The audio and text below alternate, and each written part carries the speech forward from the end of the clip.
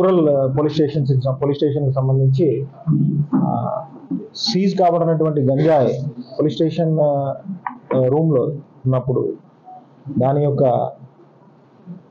ఆ రూమ్ యొక్క గ్రిల్స్ ఏవైతే ఉన్నాయో ఆ గ్రిల్స్ తొలగించి ఆ గంజాయిని ఒక 367 కేజెస్ గాంజాని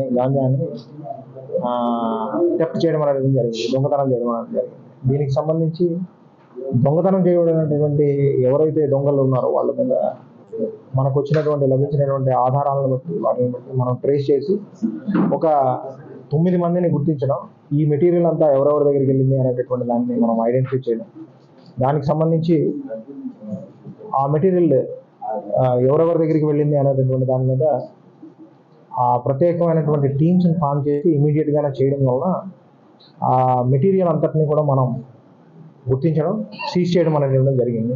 సో అయితే ఈ పర్టికులర్ దీనిలో 367 కేజీల్లో ఒక 9 మంది నేరస్తులు ఇప్పటి వరకు ఇన్వాల్వ్ అయినట్టు మనం గుర్తించడం జరిగింది. 9 మంది నేరస్తుల్లో కూడా అందరినీ కూడా మనం వాళ్ళని పట్టుకోవడం చేయడం జరిగింది. సో వీటితో పాటు ఒక ఇద్దరు juvenile in conflict with law ప్రకారం వాళ్ళ నేరస్తులను juvenile in conflict with law వాళ్ళిద్దరు కూడా ఉన్నారు. సో ఏ విధంగా జరిగింది అనేటటువంటిది కూడా మనం ఆ గ్రిల్స్ తీసుకొని ఎట్లా వెళ్ళారు అనేటటువంటిది మనం చెక్ చేసి ఆ మెటీరియల్ని తీసుకొని వెళ్ళినటువంటి విధానాలందరూ కూడా చూసి దాన్ని సీజ్ చేయడం అనేటటువంటి జరిగింది. దీనికి సంబంధించి ఎవరెవరైతే స్లాక్నెస్ ఉందో డిపార్ట్మెంట్ పరంగా ఎస్ఐ సబ్ ఇన్స్పెక్టర్ యొక్క అప్రమత్తంగా లేకపోవడం వలన ఇది జరిగింది అనేటటువంటి గుర్తించి సబ్ ఇన్స్పెక్టర్ని సస్పెండ్ చేయడం జరిగింది. ఇన్స్పెక్టర్ మీద కూడా అతని యొక్క స్లాక్ సూపర్విజన్ అనేటటువంటి దానివల్ల అతనికి ఛార్జ్ మెమో అనేటటువంటిది ఇవ్వడం జరిగింది.